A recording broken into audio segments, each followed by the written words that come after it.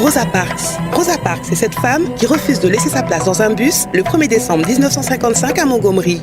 J'ai vite compris qu'il faut avancer, ne jamais rien lâcher, même si cela nous mène en prison, Rosa. Exiger que les lois américaines soient appliquées pour tous les citoyens américains. Venez vivre ce moment historique où s'asseoir fut toute une histoire à travers la pièce Levez-vous Rosa Parks les 16 et 23 avril à 15h30 et 19h30 au théâtre Gendarme, 17 rue Léopold Bellan, Paris 2e. Texte et mise en scène d'Anne Dantin, une production Accolade Paris. Rosa Parks, un symbole puissant, toujours d'actualité. Renseignements et réservations au 06 76 74 05 99 ou levez-vous-rosaparks.com. Hexagone, actualité.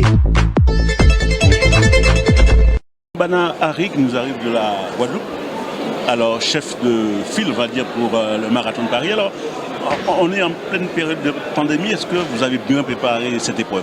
On a bien préparé cette épreuve depuis l'année dernière. On avait déjà commencé un travail et on a pu participer heureusement au marathon 2021. Et cette année encore, on a continué sur le même lancé et on est présent ici pour ce marathon 2022. En Guadeloupe, nous sommes une délégation de 7 coureurs.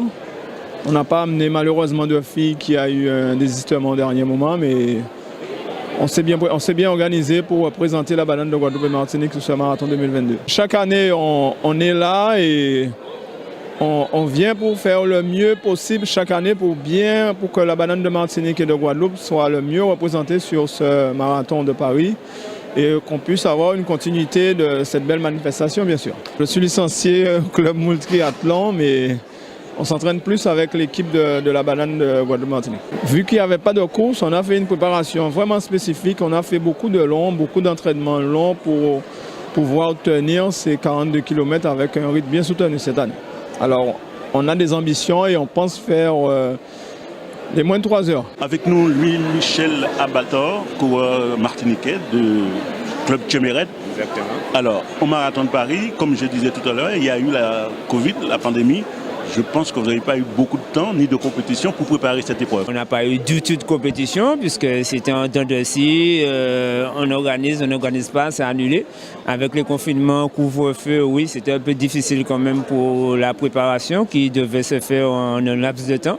Mais il fallait se tenir au point quand même et avoir un minimum de préparation quand même. Comment vous vous êtes entraîné justement? Avec les aléas, on a essayé de tenir un entraînement plus ou moins régulier, savoir au moins 3 fois dans la semaine et une sortie longue le dimanche afin de pouvoir tenir sur 42 km. Nous sommes à 17 et cette année, nous avons renforcé notre équipe avec 4 filles quand même, et ce qui nous permet de vouloir un peu essayer de faire rentrer davantage de filles pour une égalité. Mais nous croyons que nous pouvons mieux faire et nous avons une bonne équipe quand même avec nous cette année, une bonne représentation. L'objectif pour tout chacun, c'est toujours de franchir la ligne d'arrivée, mais on a de ceux qui espèrent être dans les 2,35 et une majorité dans les moins de 3 heures quand même. Une délégation moyenne, parce que avec la pandémie, on ne s'est pas totalement entraîné. Comme on était ici au mois d'octobre, au marathon de Paris, on a continué, après le marathon de Paris, on a continué à faire les entraînements, chaque week-end, un entraînement de groupe.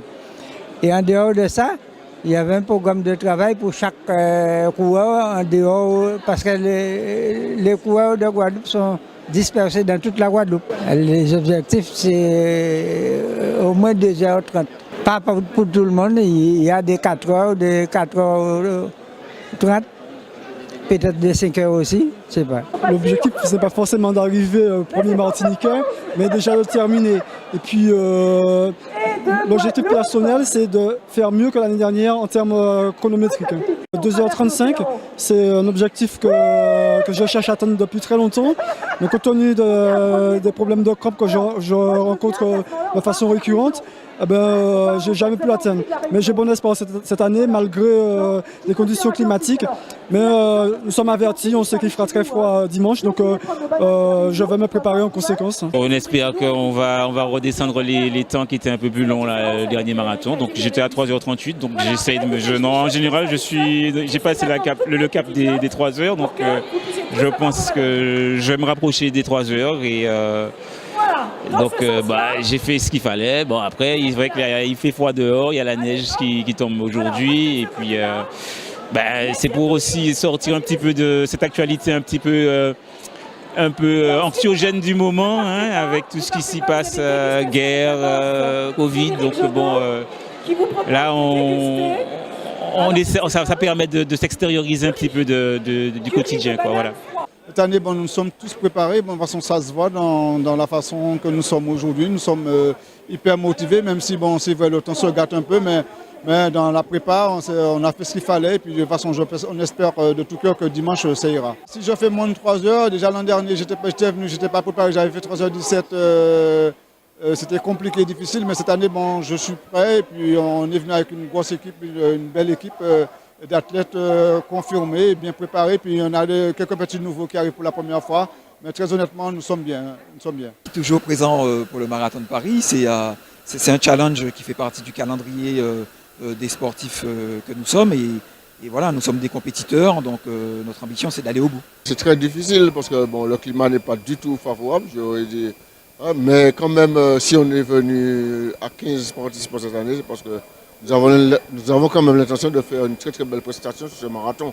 Et j'essaie de motiver les troupes au maximum. Je pense que le jour J, on sera présent. Comme on est habitué à faire le job, on le fera. L'objectif, c'est que le maximum termine en moins de 3 heures. Et puis on essaiera cette année avec Tony de faire moins que ces 2,37, on espère 2,35. Peut-être encore moins, on ne sait pas. C'est important d'être là, surtout vous savez que nous avons la filière marathonienne de la banane de la Martinique et de la Guadeloupe.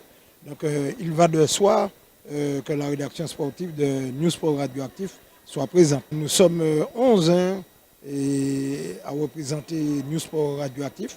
Nous sommes sur le terrain, nous traitons tous les sujets sportifs de la proximité qui donc du territoire Martinique de A à Z. Et puis, bien sûr, à part d'être sur le terrain, nous représentons un magazine de 18h30 jusqu'à 20h sur les ondes de radioactifs que vous connaissez très très bien, les 92.8 et 102.3. Et puis pour nos amis internautes, comme vous du côté de l'Hexagone, ça sera radio et actifradio.com. Alors Géraldine, comment ça va? Ça va très très bien. Très bien, puisque le marathon est là, la banane est sur place. Oui, on est très contents. En fait, c'est une reprise, des retrouvailles sur une période normale de marathon, puisque la dernière édition a eu lieu sur une date tout à fait différente, à savoir octobre. Là, on est vraiment sur les dates du marathon au mois d'avril, mais je pense qu'ils vont réussir à courir comme il faut. En plus, on a une très belle délégation. Et puis la banane, ce fruit est toujours, on va dire, le fruit officiel du marathon. C'est de toute façon le fruit de tous les sportifs et les marathoniens principalement, en sachant qu'en plus sur le marathon de Paris, on met à disposition 130 000 bananes. Donc tous les marathoniens vont les retrouver sur tous les points de ravitaillement et bien entendu à l'arrivée. En tout cas, ce qui dure depuis 15 ans maintenant, on est très fiers de ça. C'est une belle histoire qui est construite avec ASO, une belle histoire sur le marathon de Paris, sur le Schneider Marathon de Paris.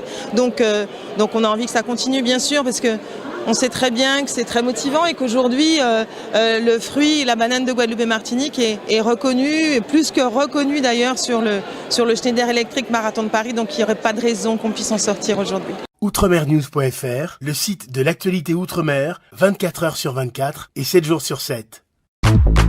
Retrouvez la chaîne Outremer News sur YouTube.